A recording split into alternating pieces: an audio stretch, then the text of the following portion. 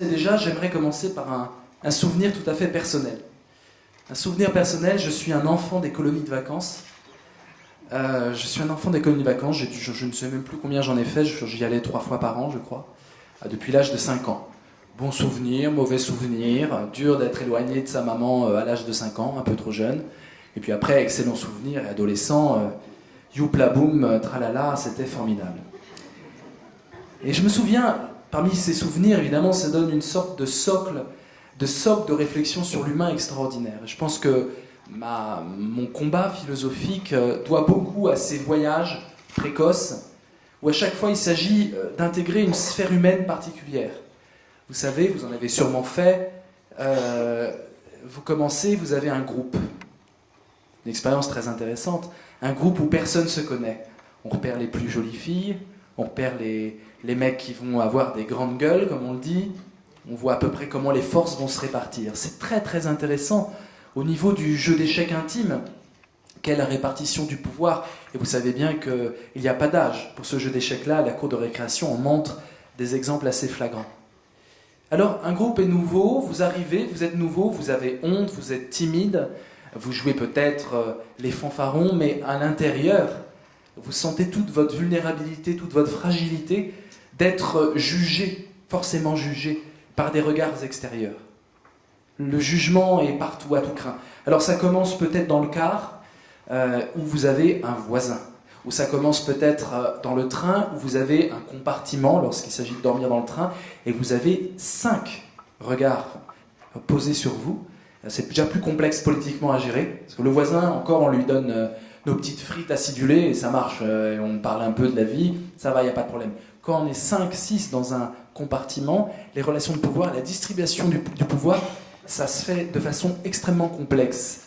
Et puis on sait bien que ce qu'on va dire, ce qu'on va échanger, les premiers mots qui vont fuser, les premières vannes, ça marche beaucoup par les vannes, qui fait rire qui, de qui on rit, rit-on aux dépens de quelqu'un ou pas, qui va être un peu insolent, irrévérent par rapport au moniteur, qui va amener dans les règles du jeu un peu strictes qu'on nous impose d'entrée de jeu, faites ceci, faites cela, attendez, suivez le panneau, etc. Dans toutes ces consignes qui sont égrenées au début d'une colonie de vacances, il y a toujours des individus jeunes de 10 ans qui bravent ces consignes, qui rient de ces consignes, qui transgressent ces consignes. Et ceux-là jouissent d'une considération étincelante. On les regarde et on dit « Ah, il ose faire ça ?» Il nous dérange, parce qu'on aime bien suivre les consignes. Enfin, en tout cas, moi j'étais un enfant sage, je suis fils unique et élevé dans un contexte assez pacifique, donc je n'ai pas appris à me battre pour quoi que ce soit. La reconnaissance de mes parents, je l'avais de façon évidente. Donc j'étais pas habitué à ce combat. Ce sont les colonies de vacances qui m'ont habitué au combat de la reconnaissance, au combat de la gratitude. Et je me souviens, dans une colonie de vacances où tout le monde se toisait encore, c'était la première veillée, vous savez, les veillées, des grands moments plus ou moins réussis, plus ou moins spectaculaires. Et lors de cette première veillée, il y avait Gaëtan, je me souviens de son nom. On jouait aux chaises musicales, on était vraiment des bouts de chou, on avait 8 ans, 9 ans. Les chaises musicales, vous connaissez le principe, c'est très intéressant parce qu'on pourrait presque filer une métaphore. Les chaises musicales, on parle aussi de ça lorsqu'on parle de ministère, de postes de pouvoir et de postes de décision. Et nous, c'était les vraies chaises musicales, avec la vraie musique, c'est la danse des canards, voilà, on était là-dessus. Donc le principe est simple et symbolise le pouvoir.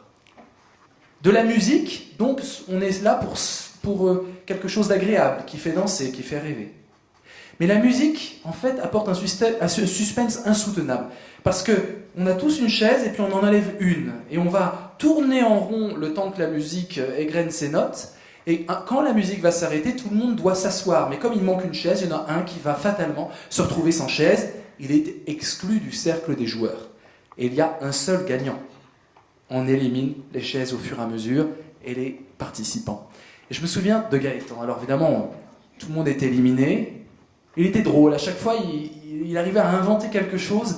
Et c'était vraiment un spectacle à lui tout seul. On avait presque envie d'être éliminé pour pouvoir regarder Gaëtan en train de jouer, de se moquer de ses adversaires, avec une outrecuidance délicieuse, quelque chose d'extrêmement tendre. Et c'est ça qui choquait. Et d'extrêmement performant. Il était très bon à ce jeu. Et à la fin, il n'y a plus que lui et une très belle fille de 10 ans Et ils tournent en rond comme ça, ils se regardent, c'est terrible, le suspense est énorme. C'est un peu le hasard, évidemment les moniteurs ont fait en sorte d'arrêter la musique lorsque les fesses de la fille étaient juste devant la chaise. Sympathique, féministe. Et puis qu'est-ce qui se passe? Elle met sa main pour s'asseoir, donc elle bloque la chaise avec toute sa gravité. Et Gaëtan, dans un geste spectaculaire qui me reste encore en mémoire, saute à saute-mouton sur la chaise et se glisse dans le dos de la fille et se retrouve assis sur la chaise. Gaëtan. Trop fort. Trop puissant. Toute ma vie, je m'en souviendrai. Alors, qu'est-ce que ça provoque, ça? Ça provoque, premièrement, une euphorie générale. C'est-à-dire que ça devient le héros de la soirée. C'est effectivement devenu le héros de toutes ces colonies de vacances, de toute la colonie. C'est une euphorie spectaculaire. On a affaire à un exploit technique. 2 secondes avant, la chaise n'était pas en équilibre, il s'éclatait par terre. Et puis, quel humour il avait eu! L'humour qu'il avait tissé tout au long de la soirée, à faire des blagues, à se moquer des gens, à les déstabiliser, à les déconcentrer. Cet humour explosait dans un acte d'exploit, un exploit magnifique, où tout d'un coup, il vole la place de la fille. C'est quelque part injuste, il transgresse la règle du jeu. On n'a pas dit qu'on pouvait faire ça dans la règle du jeu. Il transgresse ce jeu d'échecs que sont les chaises musicales. Mais quelle transgression, quel brio dans la transgression, et quel humour déployé, et quelle tendresse infinie déployée pour l'autre. Parce que quand ils se sont regardés les deux, c'était un regard d'amour, c'était un regard d'humanité, c'était un regard de dignité, c'était un regard de Mandela. Gaëtan était devenu Mandela le temps de nous. Oui, l'horizon dans le regard, Che Guevara pour les plus violents. L'horizon dans le regard. Le leader, on veut en être. L'équipe de foot, une journée après, tout le monde voulait être dans l'équipe de Gaëtan. Et quand il y avait des conflits avec une petite frappe de la colonie là, qui frappait tout le monde, on allait voir Gaëtan. Et Gaëtan, non pas par ses muscles, ses biceps ou sa violence larvée, mais par son entre-gens, sa capacité à regarder l'autre violent et à lui dire « Je sais que t'es pas violent, arrête de me la raconter, arrête de te la raconter. Tu es digne, tu es sensible. » Voilà ce qu'il disait dans un regard, dans une attitude. Il donnait à tous la générosité de tous. Il faisait une chose essentielle qui est au cœur, à mon avis, de la puissance, que je vais opposer avec vous au pouvoir. C'est Sonny Labutansi, un écrivain congolais, francophone, disparu en 1995, qui explique ça. Écrivain que j'adore, qui a un rapport au langage et au pouvoir très intéressant, écrit beaucoup de pièces de théâtre au titre très évocateur, Jeux sous-signé cardiaque, des titres comme ça, La vie et demie, vous l'avez peut-être lu, c'est un roman magnifique. Et Sonny Labutansi nous parle du maître. Qui est le maître? Alors nous, le maître, c'est évidemment toujours mal vu, à part lorsqu'on a fait les compagnons du devoir, ou qu'on a été initié, comme c'est mon cas en musique, par de grands maîtres, et qu'on a du plaisir au kung-fu, dans les arts martiaux, le sifu, le sensei, le maître qui va vous apprendre à être avec votre corps, à être avec votre puissance. Mais la plupart du temps, lorsqu'on parle de maître, on évoque l'aliénation, l'asservissement, le maître et l'esclave, le maître et le disciple, mais soumis. Et Sonny Labutansi dit, mais ce n'est pas du tout ça le maître. Le maître, profondément, c'est celui qui invente la générosité des autres. Et cette phrase est fondamentale, et c'est du Gaëtan tout craché. C'est-à-dire que cette fille qui jouait, c'était une fille somme toute banale, puisqu'elle appliquait les règles et les consignes. Elle était très jolie, mais quelque part pas tellement fantastique. J'ai d'ailleurs oublié son prénom. Et tout d'un coup, en faisant cet exploit, en lui offrant cet exploit, cette fille, finalement, est rendue à la générosité de sa propre humanité. Et je me souviendrai toujours du regard qu'ils ont échangé. Elle était interloquée, mais avec un sourire jusque-là. Elle avait perdu, il y avait une bonne récompense. Je crois qu'ils avaient fait fort, les monos, sur la récompense de cette partie. Il y avait de l'enjeu. Mais un sourire jusque-là en disant, mais c'est extraordinaire, on a créé ça ensemble. On n'était plus dans un pouvoir sur l'autre, où je t'écrase, où je te soumets à la question.